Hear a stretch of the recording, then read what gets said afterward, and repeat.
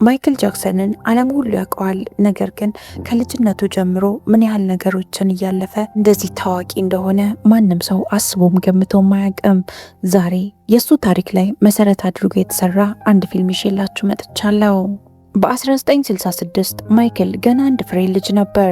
ቤት ውስጥ ቁጭ ብሎ በመስኮት ውጪ ሌሎች ህፃናት ሲጫወቱ እየተመለከታቸው ነው። ከቤተሰቦቹ ጋር ነው የሚኖረው፣ በጣም ከሚወዳት እናቱና ከሚወዳቸው ወንድሞቹ ጋር። የማይክል ህይወት ውስጥ አንደኛ ችግር የነበረው አባቱ ነው። ሰውየው ማይክልን አስገድዶት ከወንድሞቹ ጋር ሙዚቃ እንዲለማመድ ያደርገዋል። በዛ ላይ ደግሞ እየዘፈኑት ያለው ዘፈን ላይ ልክ እንደማመስገንና እንደማሞገስ እያሾፈባቸው ነበር። እኩል አይደለም ዘፈኑን እያላችሁት ያላችሁት፣ ተጠባበቁና ዘፈኑን እኩል ለማለት ሞክሩ እያለ ይጮሃል። በየመሃሉ ያቋረጣቸው ዘፈኑን እንደ አዲስ እንዲጀምሩትም ያረጋቸዋል። ከሁሉም በላይ ግን ሰውየው የሚበረታው ማይክል ላይ ነበረ። ለዛም ሆኖ ግን የማይክል ድምፅ በጣም የሚያምር ድምፅ ነበር። አባትየው ልጆቹን ልክ እንደ ልጆቹ ሳይሆን የሚያያቸው እንደ ገቢ ምንጩ ነው። ስለዚህ በተቻለው አቅም ፐርፌክት እንዲሆኑለት ይፈልጋል። አንድ ቀን ሁሉም ተሰብስበው እራት እየበሉ እያለ አባታቸው አንድ ሾው ላይ ስለምትቀርቡ ተዘጋጁ ብሎ ለሁሉም ይናገራል። ሰውየው እሱም አምሯቸው እንደሚሰራ አድርጎ ነው ራሱን የሚቆጥረው። ነገር ግን ልጆቹ ናቸው ስራውን ሰርተው ገንዘቡን የሚያመጡት። እንደዛም ሆኖ ግን እናትየው ከአባትየው ጋር አትስማማም ነበር። እናም ትምህርት አለባቸው እኮ ብላ አባትየውን ታነሳበታለች።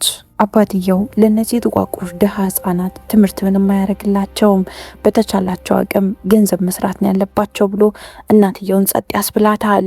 እዚህ ካላችሁበት ድህነት ለመውጣት ሌት ተቀን መስራት አለባችሁ ብሎ በየቀኑ ነበር የሚናገራቸው። ከዛም ሁሉንም በቁመታቸውና በእድሜያቸው ደርድሮ ካቆማቸው በኋላ ስም አወጣላቸው፣ ጃክሰን 5 የሚል ስም። ከዛም በኋላ የተለያዩ መድረኮች ላይ የቀረቡ ዘፈናቸውን ማቅረብ ይጀምራሉ። ነገር ግን አይን ውስጥ የገባው ማይክል ነበር።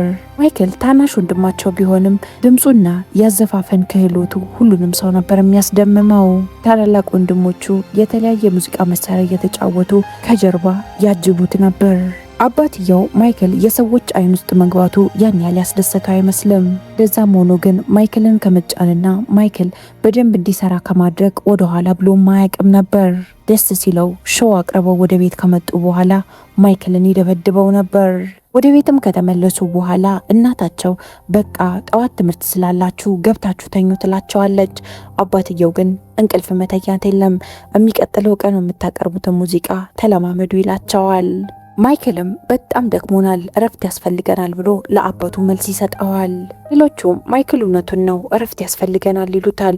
አባትየው ግን የሌሎቹን ሳይሆን የሰማው የማይክልን ብቻ ነበረ ጥርት አድርጎ የሰማው። አባትየውም ማይክልን ይጎትተውና ቀበቶ አውልቆ ማይክልን መደብደብ ጀመረ። ማይክልም አይኑ በእንባ ሞልቶ ዞር ብሎ እናቱን ይመለከታል። እናት ምንም ነገር ማድረግ ሳትችል ጸጥ ብላ የሚፈጠረውን ነገር ብቻ እያየች ነበር። አባትየውም ማይክልን ደብድቦ ከጨረሰ በኋላ ማይክል አባቱን እያየ ማልቀስ ይጀምራል። አባት አሁንም በጣም ተናዶ ማይክልን ይሰድበዋል። እናም በሰፊው አፍንጫ ያሾፍበት ጀመር።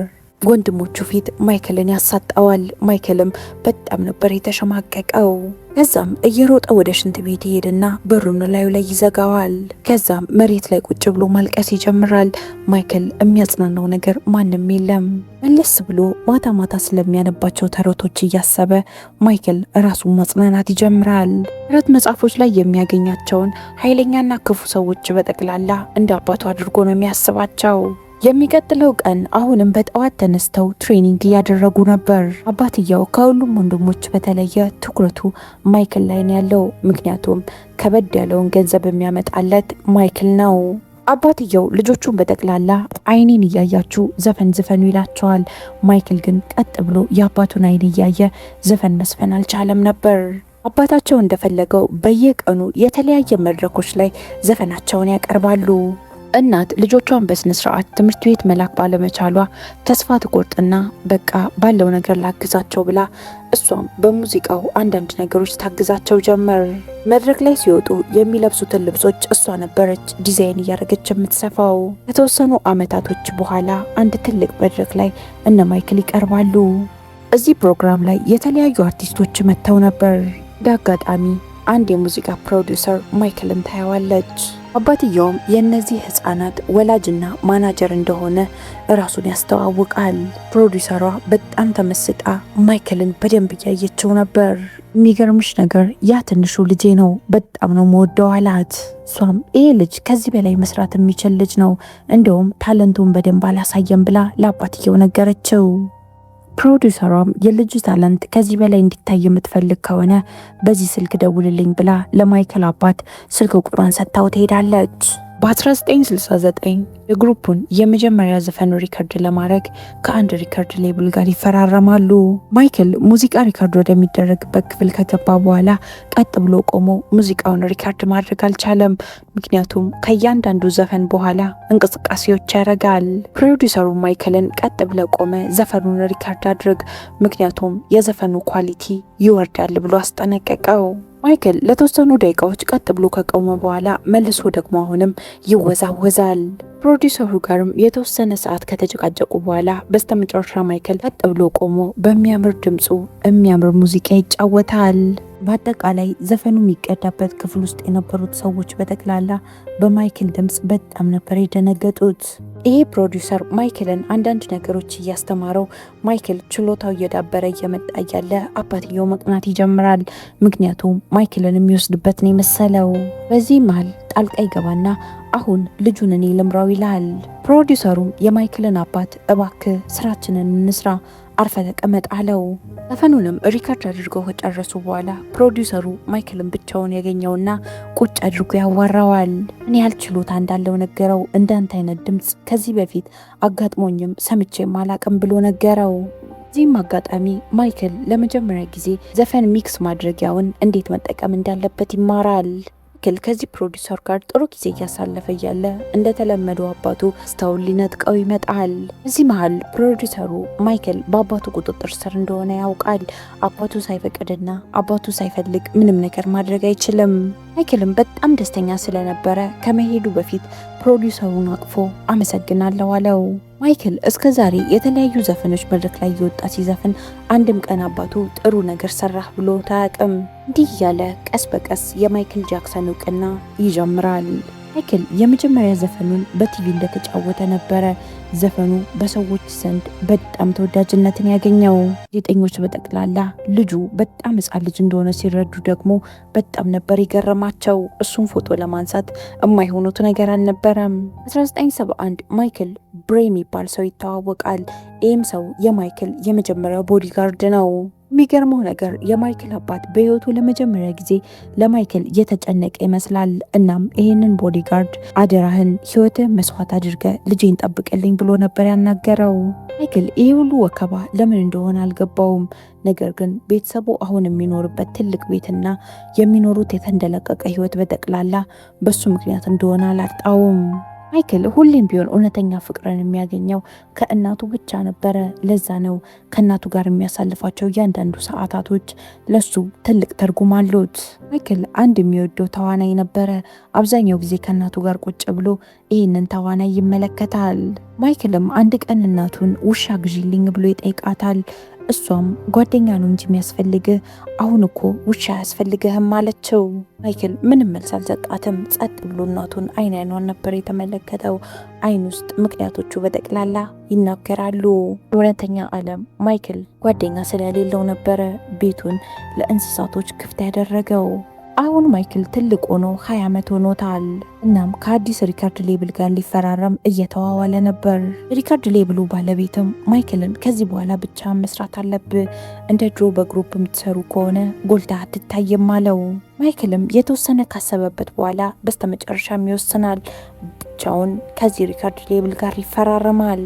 ከዛች ቀን ጀምሮ ማይክል ጃክሰን ይሆናል። ማይክልም አባቴን ሄጄ አናግረዋለሁ፣ ከዚህ በኋላ እኔ ብቻዬን ነው የምሰራው እለዋለሁ እያለ እያሰበ ነበር።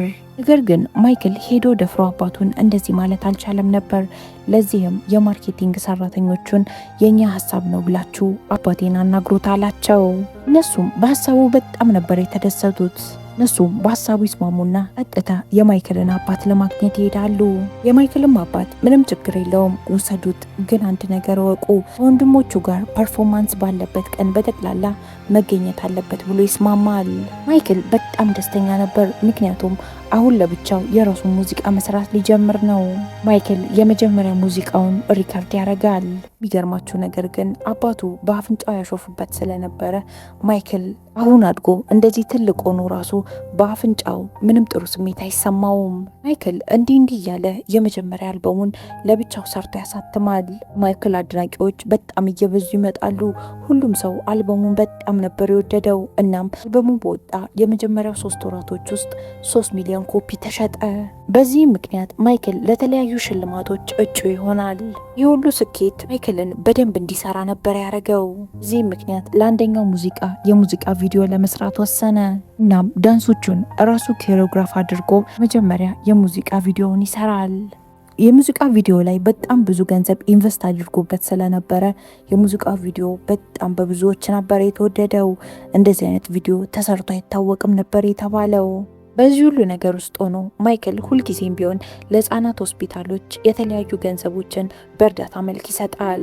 ማይክል ከዚህ በፊት ጓደኛ ኖሮት ስለማያውቅ የማይክል የመጀመሪያ ጓደኛ ቺምፓንዚ ነበር።